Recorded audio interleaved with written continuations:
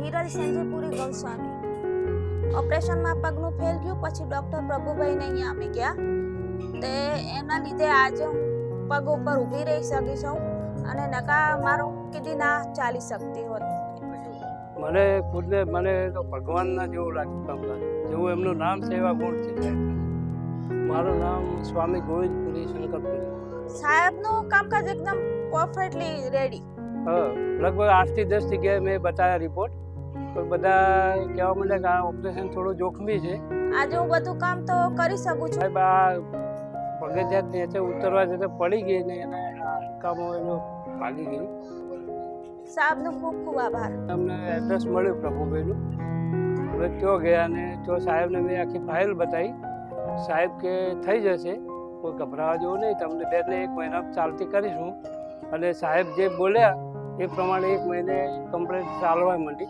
નજર સામે ચાલે છે. મારી રીતે જેટલું થાય એટલું સારી કામગીરી હું કરીશ. 2 ને ચાલતી કર્યું મહિનામાં, જે બોલ્યા પ્રમાણે આપણને રિઝલ્ટ પણ મળ્યું.